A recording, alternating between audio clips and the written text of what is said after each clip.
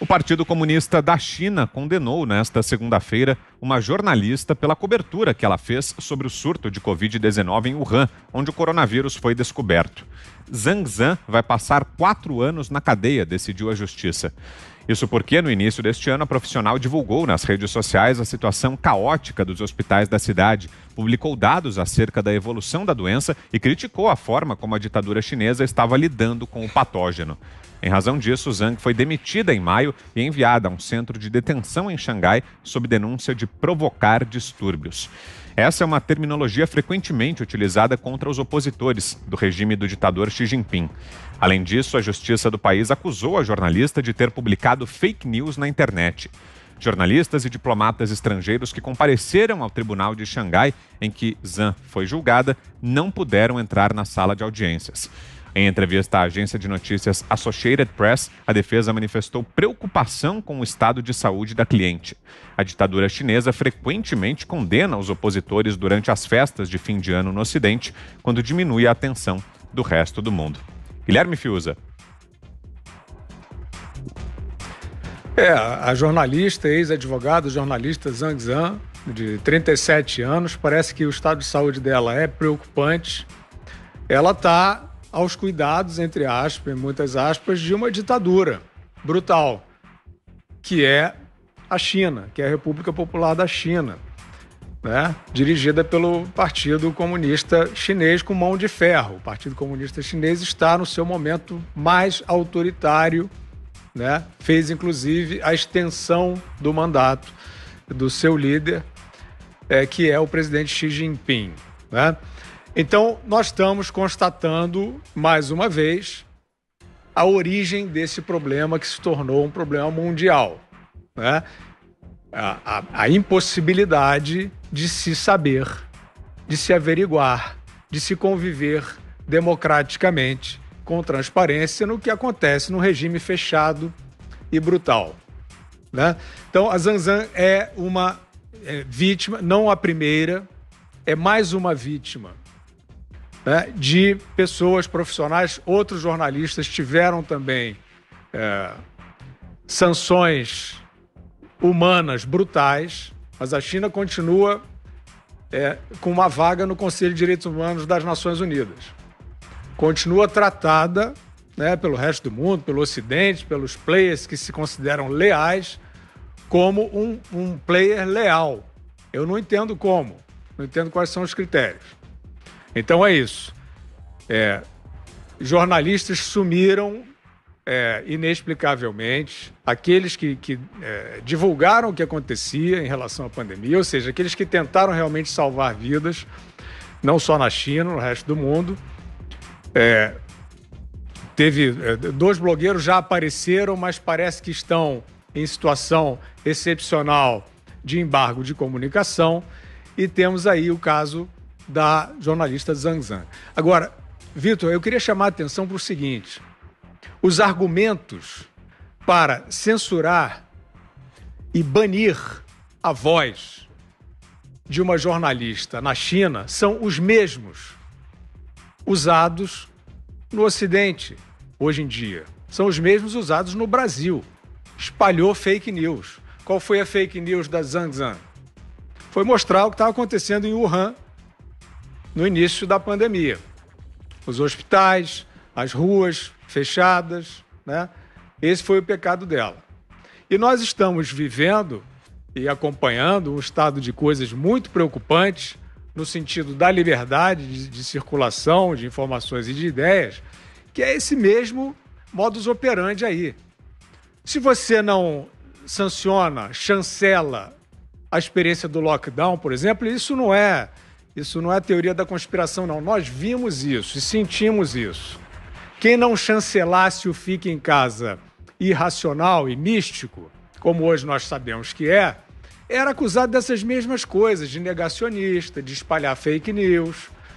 Então, o caso Zhang Zhan vem mostrar que uma conduta autoritária, inimiga da liberdade de expressão em vigência num país ditatorial, tem parentesco com a conduta na administração da circulação de informações em países livres do Ocidente.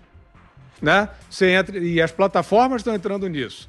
Eu sempre faço esse parêntese. Eu sou fã das grandes plataformas de rede social. Elas são um invento pródigo. Elas são uma expansão da democracia, da voz das pessoas. E mesmo com esses banimentos, mesmo com essas editorializações, elas continuam sendo democráticas, porque a verdade transborda.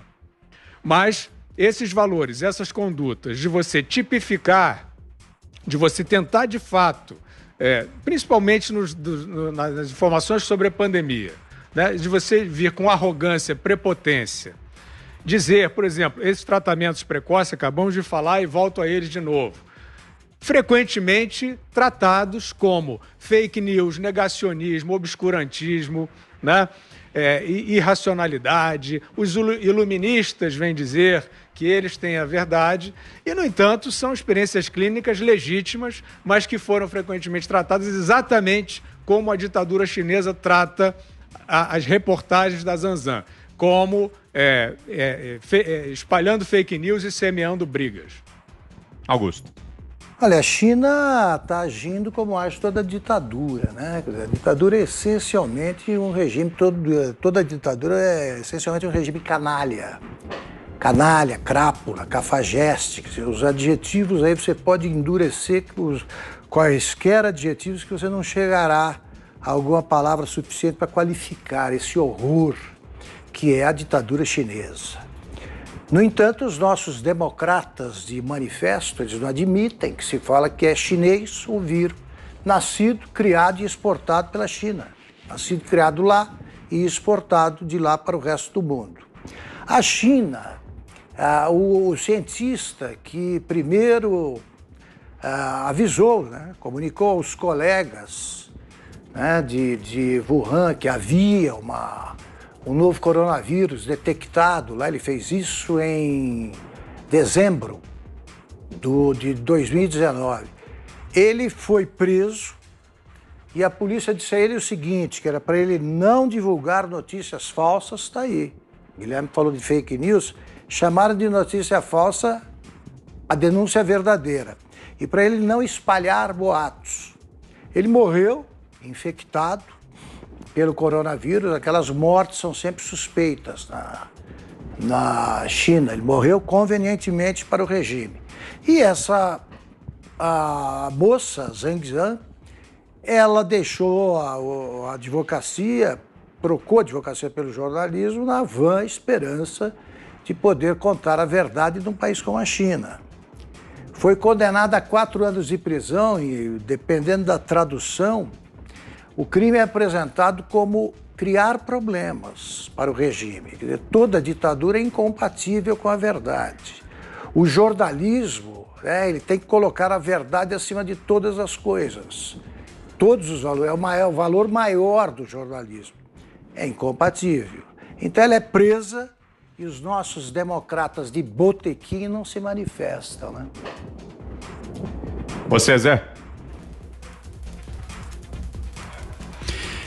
Qualquer jornalista agredido ou impedido de falar, na verdade, é uma agressão contra a sociedade. Por isso que não se deve aplaudir, tal equipe de tal emissora ou de tal jornal foi agredido. Ali está um profissional mostrando um lado. Para melhorar a democracia, só mais democracia. Para melhorar a qualidade da informação, só mais informação. Então tem que deixar que falem e falamos também. Aí há o equilíbrio, as pessoas vão ouvir os dois lados. Então, sempre que um jornalista em qualquer parte do mundo for espancado por isso, torturado, preso ou impedido de falar, saiba que é a sociedade que perde. É a sociedade que está sendo espancada, impedida e amordaçada. É por isso que a gente deve dar vozes aqui a essas pessoas que sofrem no intuito de informar e de uma maneira total. É o caso, por exemplo, do Oswaldo aqui, né, que a gente informou, deu detalhes do que realmente estava acontecendo com ele, e os argumentos, como disse o Fiuza aqui, são parecidíssimos. Toda ditadura é mesmo, Augusto, uma armação de cafajestes, porque rouba a liberdade de um povo, rouba a possibilidade do povo se expressar e rouba, inclusive, a inteligência. E vende a ideia de que está fazendo bem à sociedade. Veja como a China está crescendo, veja como os nossos produtos... É verdade, a China cresceu muito nas últimas décadas, né? O último século foi da China. A China hoje talvez já esteja equiparada ou prestes a passar os Estados Unidos. Não passa em poderio bélico e em outros detalhes, mas em tecnologia sim, a China garroteou o mundo. Mas é uma ditadura. Nada daí para frente justifica, nada pode justificar uma ditadura. Porque é como aquele livro que é bonzinho ali até o 2º capítulo. O 3º já pior, o 4º quer te engolir. Então não se pode admitir ditadura e muito menos espancamento de qualquer forma, o simbológico e tal, de jornalistas, porque na verdade, seja ele de que lado for, ele está mostrando a verdade, deve ser ouvida ou contraditada. Esta é a realidade.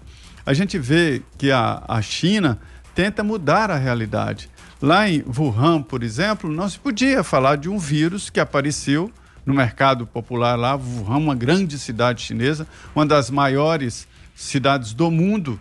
Wuhan não é uma cidadezinha.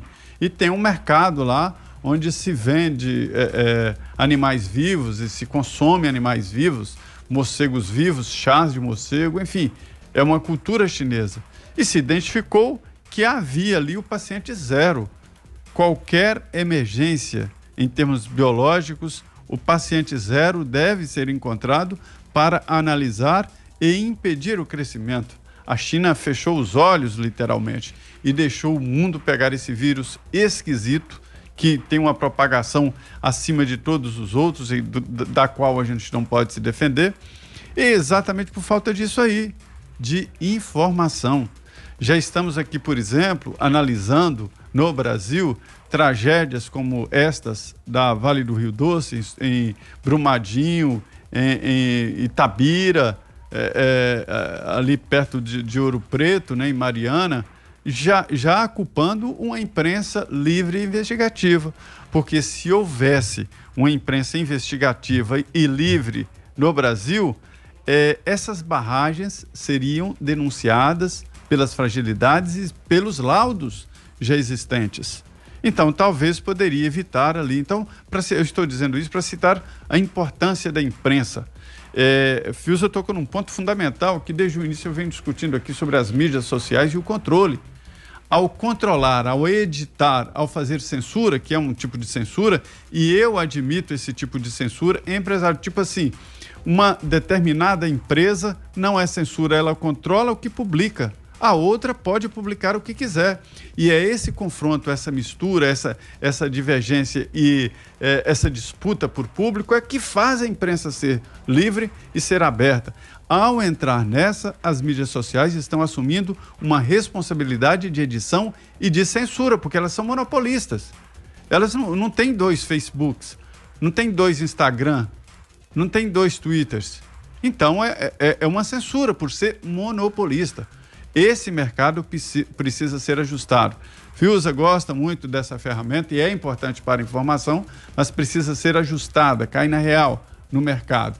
Então eu acho, voltando aqui ao paciente zero lá da China, que uma agressão assim contra uma jornalista, ainda que chinesa, é uma agressão contra o mundo. Diga, Ana.